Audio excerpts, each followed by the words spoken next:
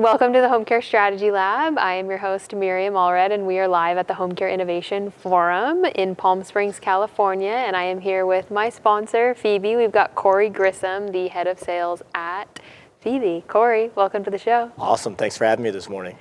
I want to just start. This is both of our first time at the conference. There's been a lot of talk of AI, and we're going to kind of have that conversation here live in real time. What have you been hearing? What's kind of sparked your own interest in how these leaders are thinking about AI? So it's super cool compared to some of the other shows that I've been to here in recent weeks. Of course, it's kind of a different type of attendee. We've got a lot of leaders at a lot of different innovative organizations here this week. I think the difference between what I've heard at previous shows where a lot of people are still in their exploration phase of AI, the leaders here at this show, they're out there applying AI in their businesses, in their everyday life, and they're really sharing kind of some of those best-in-class kind of traits, whether they're out building it or buying it right now. You're hearing about all the different experiences, seeing lots of note-taking being taken very fast and attentive in a lot of the different sessions. So really cool to see where people are not just out there buying and exploring AI, but it's actually doing a real life outcome to their business. And like you said, we're hearing a lot of these large companies building it or buying it. I actually thought I would hear more building, but I'm surprised that more people are buying. Does that surprise you at this scale or no? Yes and no. So in a previous life, I worked in the travel nursing space where the build or buy conversation was always kind of forefront, similar to home care. There was lots of private equity movement and stuff like that. So the desire a lot of times to buy was something that a lot of people would want to do. But I think with as fast as technology evolves and changes right now, to actually go out there and build it versus partnering with someone that's best in class to do it is a little bit more of a dangerous move right now. So I think a lot of people are moving more towards partnering with the labs and, unlocking the synergies of working with an Anthropic or an OpenAI versus going out there and just building on the context of their own data. Mm-hmm. You said to me a minute ago, there's already AI burnout. Have you felt that at this conference, that there's already this kind of like AI fatigue? I think so. I think if you were to ask any of the agency owners or any of the vendors, I think probably since ChatGPT came out back in late 2022, 2023, we've all been kind of under every show. It's all about AI. It's all about technology and automation and things. Where I think that real kind of like cross of the chasm has happened now is just the concept of people actually using AI and seeing actual ROI from it now, where, very early on it was very much like theoretical, where you're actually seeing it kind of in play. So yes, I think there's AI burnout and AI fatigue, but I also think we're all just at the very, very beginning of seeing practical application of AI. So it's probably just the beginning of that. What are some of the practical applications that you have heard here? We've seen some people get up on stage, and in just conversations, we're hearing some of those unique applications. What are a couple that you've heard? I think I've heard a couple really cool ones here. I think, of course, we sat through with the team yesterday that actually built their own LLM on top of their own clinical data. So they really focused on the clinical data and solving a different type of problem than what you typically see a lot of agencies trying to solve, where a lot of people are really focused on the back office, automation.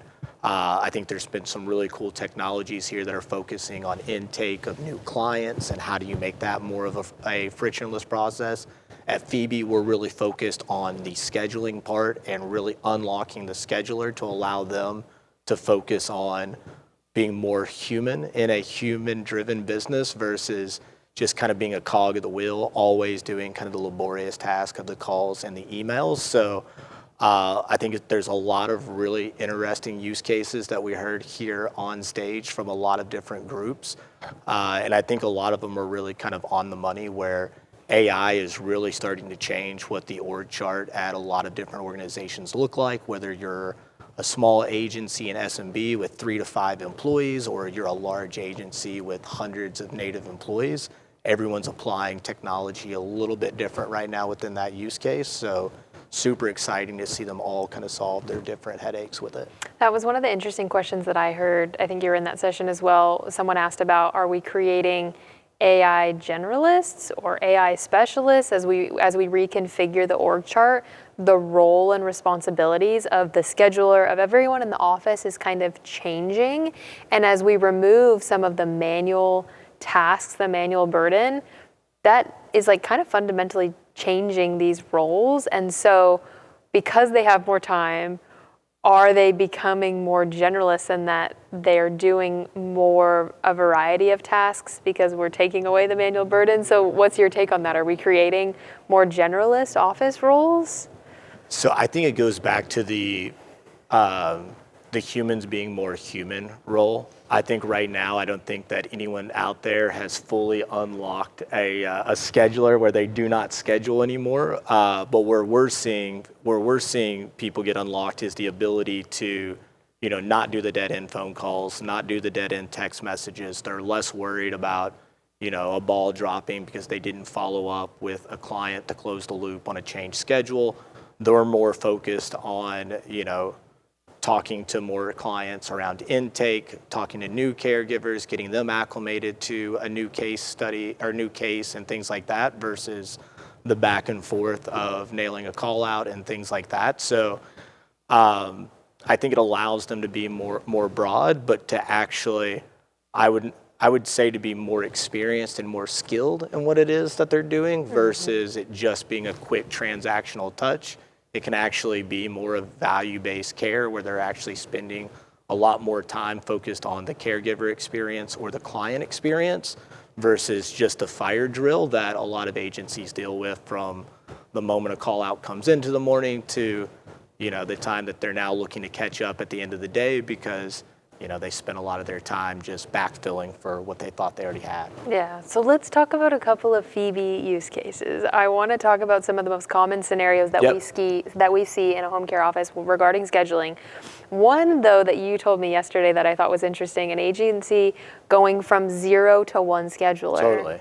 And the ability, this is an operator that has experience in home care. Yep. And so she knows the ropes. But she's also tech forward and like innovative. And so this operator specifically started her business and thought like, can I bring in AI before a scheduler? And she's already having success with that. So can you explain a little bit more about how that's possible? Totally.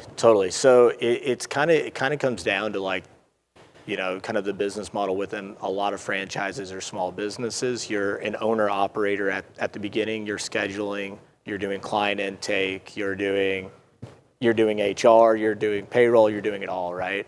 And it's kind of understanding when you take off those hats, when you put on those hats, it's kind of the juggling trick to kind of get over, let's call it that 500 hours a week mark. Historically, when we first kicked off Phoebe, we were really focused on agency owners that were going from 1 to 2. They were around that 1,500 hours mark, and they were really trying to make the decision on what does scale look like past this. And that's really where we thought the sweet spot was early on as we were going to market. What we found here recently within the last 3 months, and it's a lot with how the technology's evolved and just how we're getting content directly from caregivers, is we are able to hit that kind of before the sweet spot, and it really is that 0 to 1 moment right now where we're working with owner and operators that are wearing every one of the hats. But now Phoebe is going out and creating a suggested list of caregivers, matching against the client's needs, their specialties, what the preferences are of the caregivers themselves, aligns that, does mass outreach via text, does mass outreach via voice, and now the owner and the operator only has to come in and manage the Phoebe platform when a human is required, whether that be to approve a message, approve a caregiver back into the schedule. But it really allows the owner to essentially be in 35 to 100 places at once, where in the old school game of smiling and dialing, you can only call one person at times.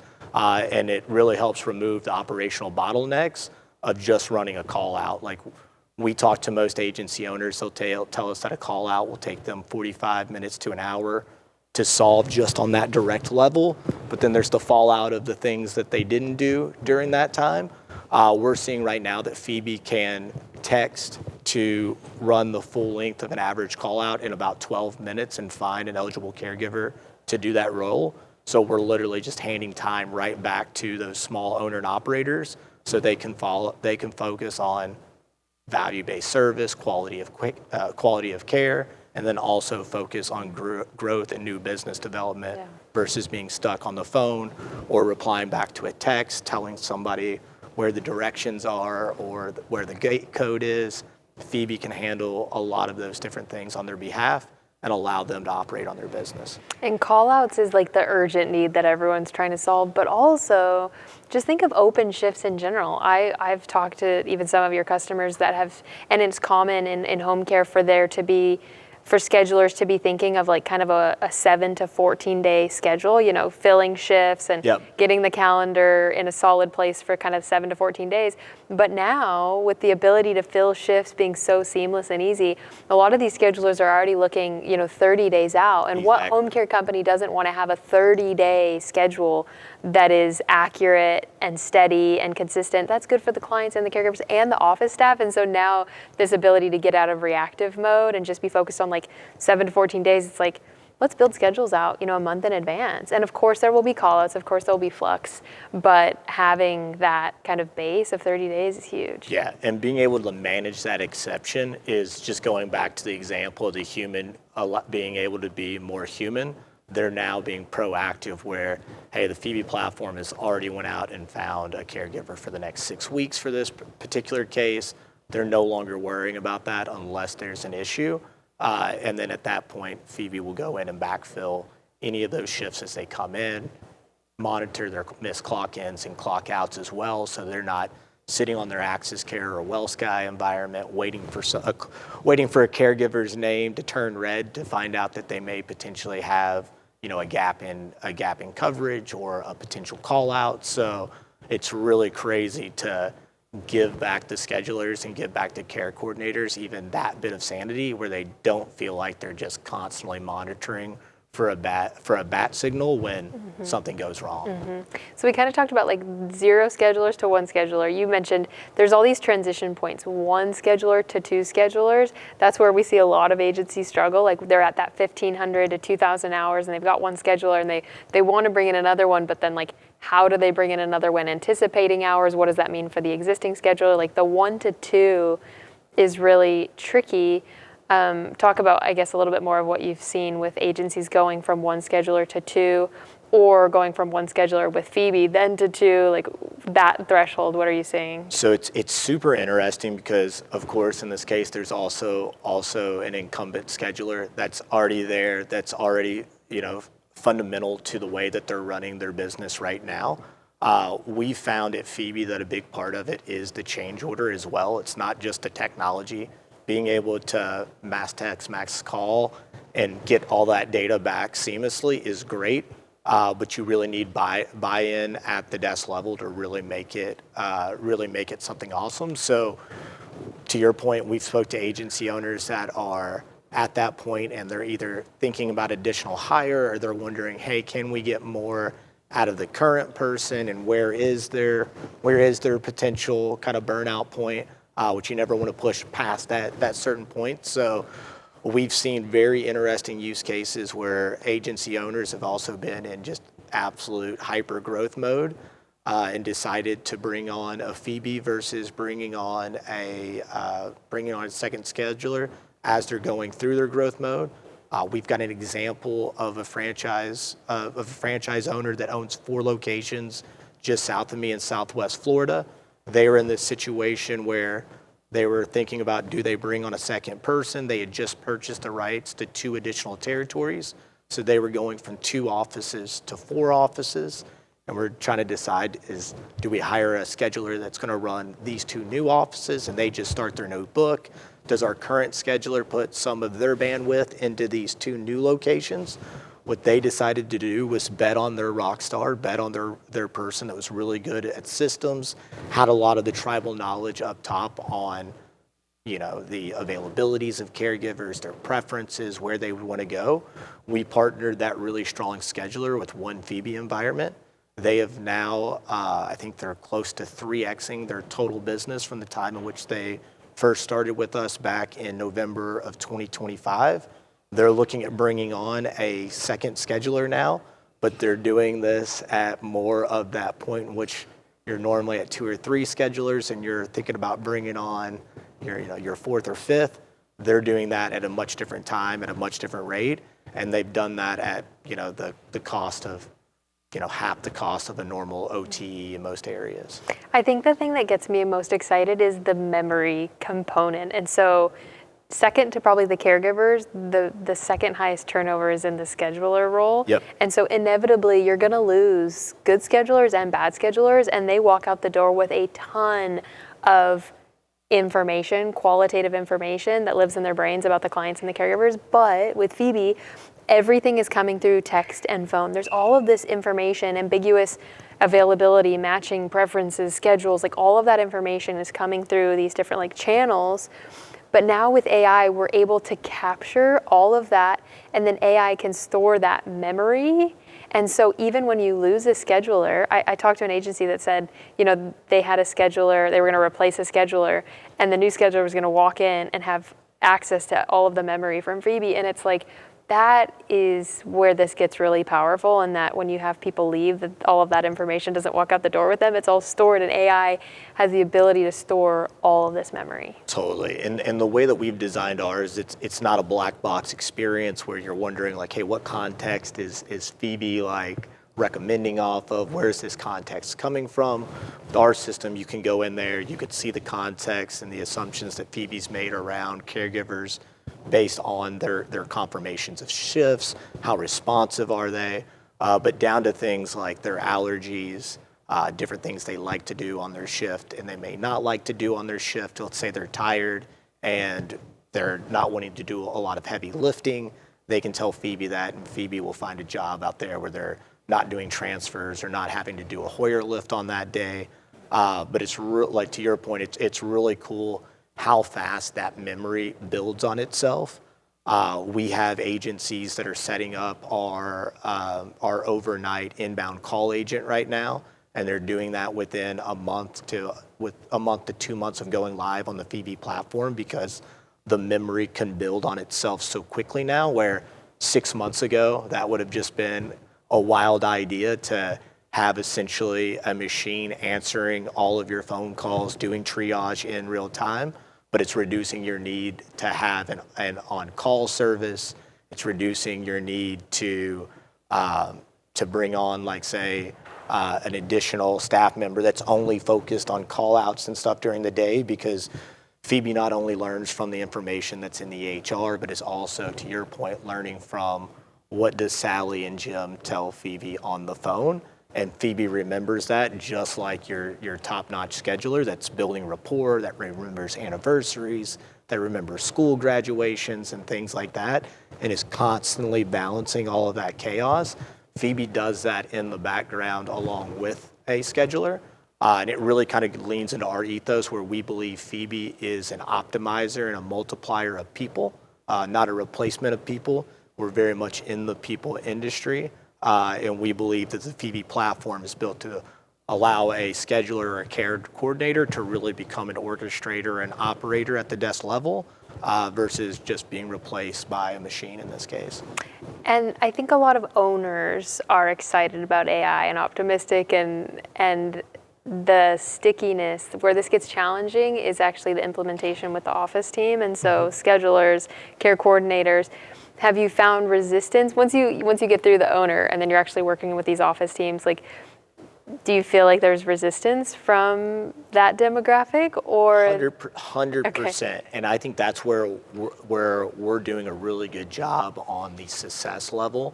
Is although we are an AI and agentic company, we onboard and support all of our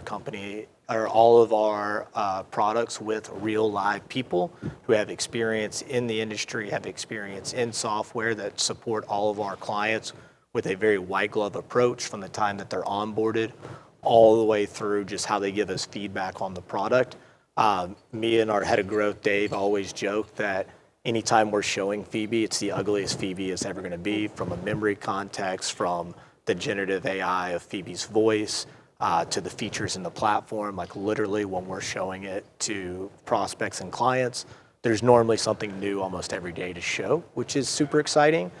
But in that same world, if you're not keeping everyone in loop that's touching it and they don't know what are all the new things that are coming out to help them, then adoption is going to be the thing that gets you turned off at the end of the day. So showing the value, showing how much time we're returning back to a scheduler, how many placements did Phoebe successfully place for them in the last 24 hours, in the last week. Those are the little wins that you prop up for the scheduler so they can realize, oh yeah, this is my little AI assistant just over in the corner just rocking out for me. And it's been really cool. Like the resistance a few months ago was a lot higher than it is today, and it's slowly gotten better and better. I think on the caregiver side, that's probably the most alarming thing for me is I think AI has been around enough that it's not a massive education curve with schedulers. But on caregiver side, I've been blown away by how receptive people are to speak to Phoebe. Our data is showing us on average that the average caregiver will ask 2 to 3 more questions of Phoebe than they will their normal scheduler. Part of it's because we don't hide that it's an AI. We partner with the agency on how they should communicate it out to the caregivers, let them know that, hey, Phoebe is all knowing of the care plan, directions on how to get there. If you need to add more hours, drop hours, you can do this all through Phoebe. So almost like a genie, you may not get 3 wishes, but all knowing in that regard. So we see caregivers spending additional time asking more questions about the care plans, which result in less last minute cancellations because Phoebe will always confirm with the caregiver that they understand the care plan, they know how to get there, and these various things where a scheduler through the pace of the day may rush them off a call, or they may not ask all the questions they would necessarily ask of a robot, if you will. So I've been blown away by just how many conversations and how much context is actually driven from those calls because of that. I honestly love to hear it. I think of, the bell curve and there's the early adopters. AI is like we're in the mainstream. There 6 months ago, a year ago, 2 years ago, there was a lot of resistance. There was a lot of fear. There was a lot of anxiety. People are still skeptical of getting out in front of their caregivers, even out in front of their clients and families. But it's to the point where it's in the mainstream. Every app, every device has got AI baked in right in your face. And so the resistance is just dropping very quickly. And that gets me excited because it's okay, we can really start to unlock so much more value and opportunities when that resistance has dropped. And so we're basically getting there. So I'm picky and I'm big on market validation, and I only hear good things about Phoebe.